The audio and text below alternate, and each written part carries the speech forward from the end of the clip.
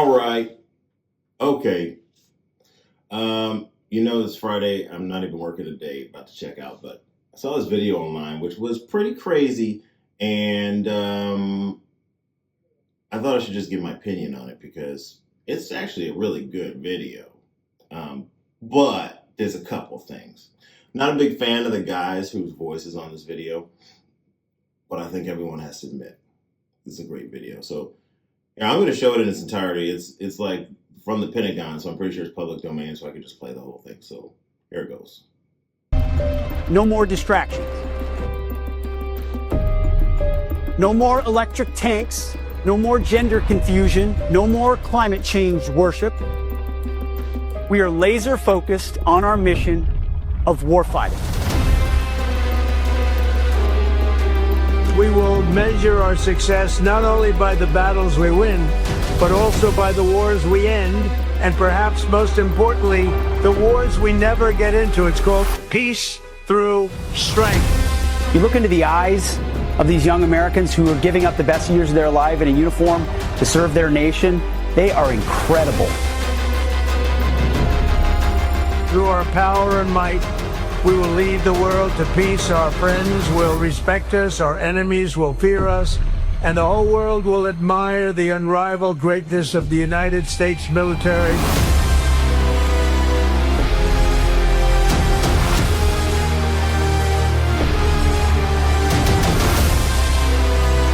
We will replenish the pride of our armed forces, end the recruitment crisis. We don't fight because we hate what's in front of us. We fight because we love what's behind us. God bless you. God bless our armed forces. God bless our men and women serving overseas. And God bless the United States of America. So, first off, whoa, that's a great video. Okay, let's just give it up. But here's the thing that strikes me as the funniest. All that footage is probably more than 6 months old. Which means, that's right, they just took footage from the Biden administration and put their voices over the top and some great music and a good edit.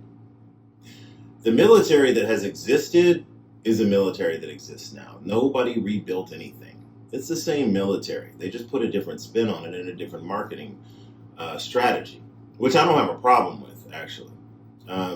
I believe that's the goal. There was a recruiting crisis. Part of that's because 70% of recruitment age males aren't even qualified based on body weight and, grades and legal history. But regardless, it's a great video, and I don't think we can really deny that. But it's just not what they're trying to make it out to be. The military they show in that footage is the same military that's been here. So even with all the distractions, all the footage you see, that was our military. They just spoke over it and made some slick edits, which is fine. Now, the second part is, any young man watching that video, if I was 20 right now and I saw that video, I'm not going to lie. Based on my mindset as a 20-year-old, I would go sprinting towards the recruitment office. That, in my opinion, that video gets the job done. If you happen to be a 20-year-old, take it from this 47-year-old that you might want to consider a few things. I don't think the U.S. military is necessarily a bad idea for a lot of people.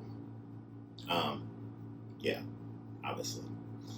I retired last summer after 24 years. 4 as an infantry officer, 16 as a doctor. Now, here's the thing I'm going to try to tell you, though. Young men, young women, the U.S. military is boring as hell. All right, that video, they literally took the best 10 seconds of 40 different people's jobs and they strung them together.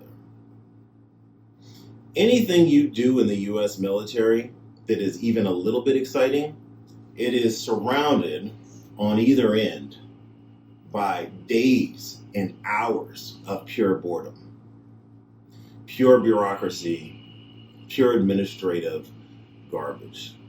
Okay, I just want people to understand that when you go into the military, you are going into the post office, and there just happen to be guns laying around. Okay, so if you don't think it's exciting to go into the post office, understand that going into the military is about the same thing.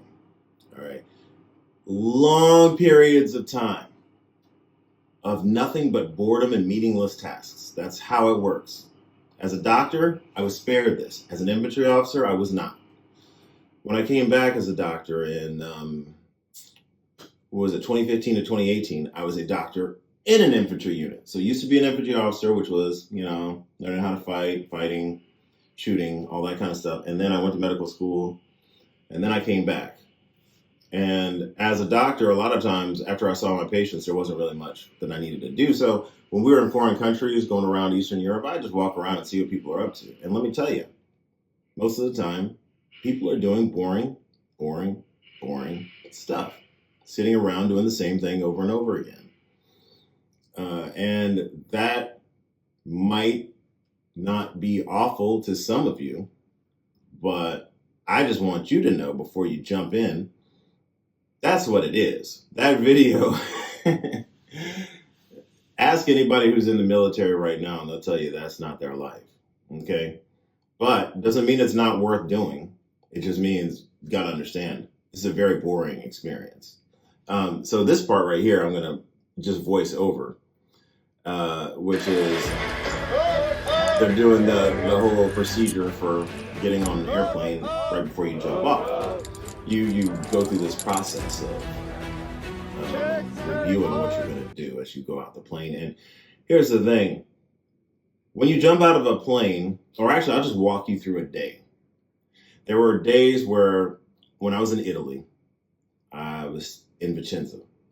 I was the battalion surgeon. So on jump day, my job was to jump out of the plane myself and then hit the ground and then run around taking care of the people who were going to hurt themselves on the same jump. I know what you're thinking. Well, what if you hurt yourself? I did that. I broke my foot one time, but I didn't necessarily know it. No x-rays on the drop zone. So I just limped around, and a guy on the same time I broke my foot broke his back. So that was fun. But most of the time there was a couple of broken ankles, maybe, and a couple of head injuries. But let me tell you about that. That sounds exciting, doesn't it? Man, I'm going to jump out of a plane, land, wrap up my chute, and then I'm going to go administer medical aid to a bunch of people who are right behind me in the airplanes. Sounds exciting. Okay. Well, it was okay, but let me tell you how it used to work. We get to the base at about 4 a.m. Aviano is about an hour to 2 hours away. So then we would drive over. Then getting into the parachute harnesses takes like about 2 to 3 hours for everyone to be in the harnesses and checked by the jump masters to make sure that your harness is actually attached to your body. And when the parachute opens, it's actually going to stop you from falling. It's pretty important. It takes a long time though. So we're sitting around in these harnesses for hours. Okay. Then before we even get in the harnesses, we're doing this scene right here where we just run through the practice drill to make sure that nobody does anything stupid when we go out of the plane, because you don't do it like that often. So you got to practice it again, right? So that takes a long time. Okay. Then every time a plane drops one of us off, that plane, they usually only give you like 2 planes, right? But you got like hundreds of guys jumping that day. So those planes got to go back, land, and pick up the next round of guys. So the entire jump takes, I don't know how many passes. It might have been like 5 or 6 passes of the airplanes in a day, and so I'm in the first pass as the doctor, usually, always, because I need to make sure that I'm on the ground for the next round of people who might get hurt. So I'm watching all the other passes go off, and I'm just sitting here all day. So you're just sitting here. Now, was it good for me to be sitting outside in an open field in the middle of the day, breathing air, talking to young men, communing with my fellow soldiers, just kind of being in nature. I mean, we're right next to a farm. I may or may not integrate some footage from my experience. Was that not good? Yeah, that was good. It was good to be outside and just kind of relaxed. But keep in mind that this is sort of a formula for everything you do in the military. Really cool part right here in the middle, and just really large preparation on this end and clean up on this end. Okay, so doesn't have to be bad.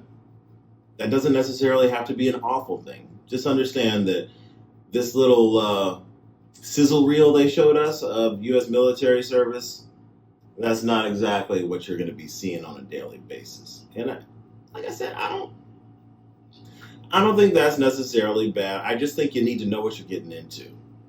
And then here's the other flip side of it. When it gets real, when we're not training anymore, because, that's the other part that I want people to understand. Something like 95% of people, maybe even 98% of people will never see the enemy. They will never fire on the enemy. They will never fire even around in real world situations.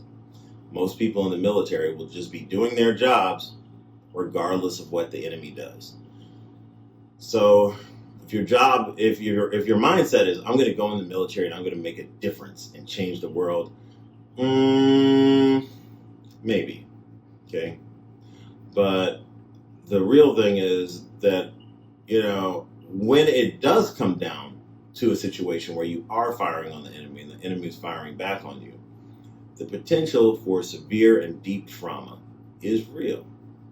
I've treated many of these people with this severe trauma. I am one of the guys who wished he could get to combat, who went to a combat unit, missed combat like twice. Operation Anaconda, I was just in the wrong brigade, and then Operation Iraqi Freedom, I was selected as a rear day commander because I got into medical school and I was a senior lieutenant in my battalion. Very disappointed, but at the end of the day, 20 years looking back, do I regret not participating in Operation Iraqi Freedom, given that we know it was all kind of built on something not exactly honorable? I'm fine with not participating in that, okay? So, at the end of the day, the military is going to be large periods of boredom with the possibility of severe trauma. But it might just be the most exciting thing you've ever done. You never really know. Regardless, my main point is that video accomplishes its mission. If their mission was to get young men excited, to boost recruitment numbers, and to tell people that all the woke stuff is over, I think they did a good job. Is that military that they showed any different than the military from 6 months ago? Absolutely not. It's the same military. There's no way they changed anything. But the average person probably isn't going to think about that. So those are my thoughts. Thanks for watching. I'll see you next time.